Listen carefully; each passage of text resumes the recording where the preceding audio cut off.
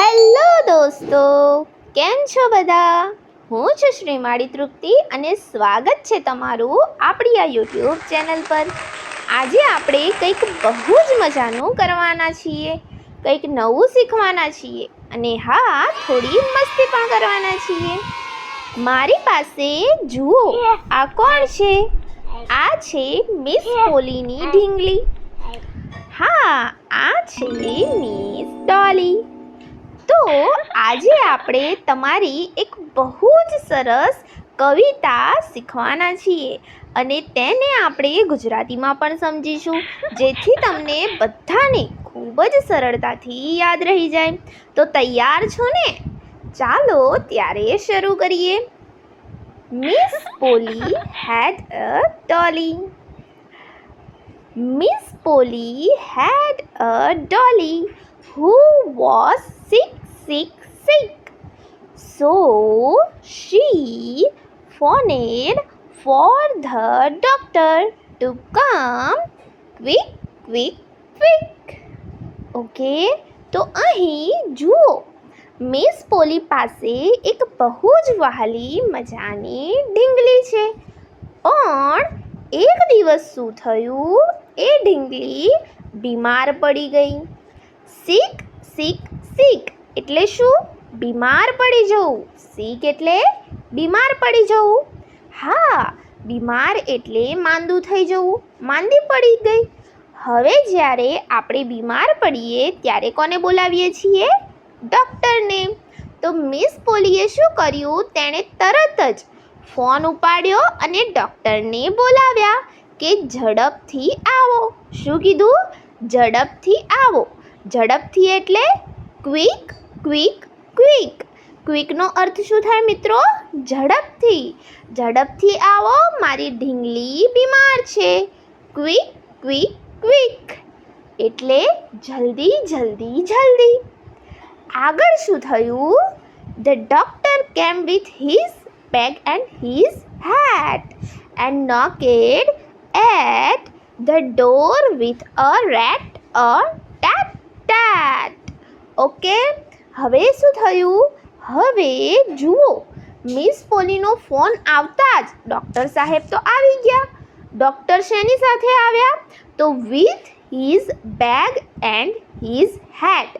Bag એટલે તેમનો થેલો જે છે ને એ, એટલે કે ડૉક્ટરવાળી જે એમની બેગ છે એ, અને માથા પર ટોપી પહેરીને આવ્યા.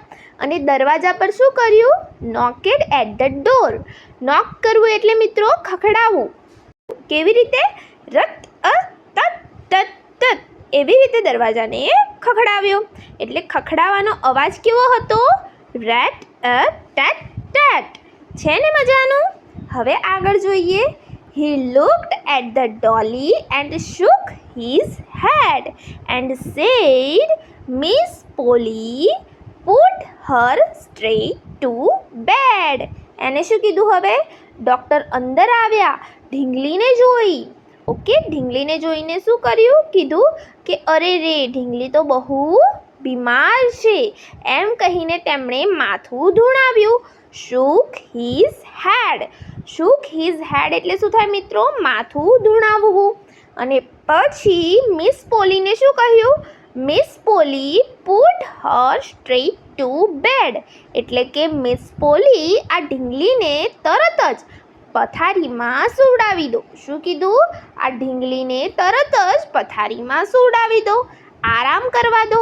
જ્યારે આપણે બીમાર હોઈએ ત્યારે આરામ કરીએ ને, એટલે. ઓકે, હવે જોઈએ આગળની લીટીઓ. He wrote a paper for a pill. I will be back in the morning with the bill. પછી ડૉક્ટર સાહેબે શું કીધું? He wrote a paper for a pill. એટલે ડૉક્ટર સાહેબે શું કર્યું? તેમણે એક કાગળ પર દવા લખી. ઓકે, પીલ એટલે શું મિત્રો? દવા, ગોળીઓને શું કહેવાય? પીલ એટલે ગોળી. ઓકે, તો ગોળીઓ ખાવાથી શું થાય? ગોળીઓ ખાઈને ઢીંગલી જલ્દી સારી થઈ જશે. અને જતાં જતાં શું કહ્યું?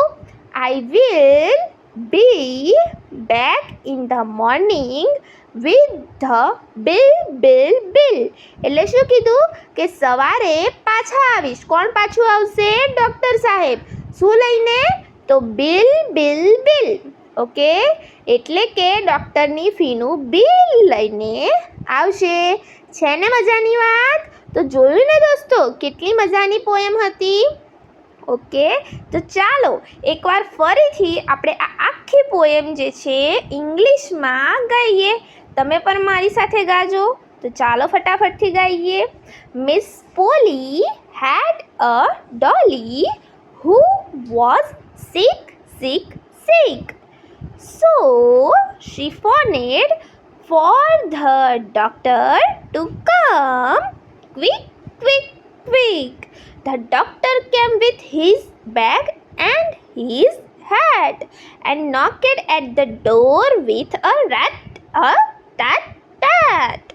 He looked at the dolly and shook his head and said, Miss Polly, put her straight to bed. He brought a paper for a pill.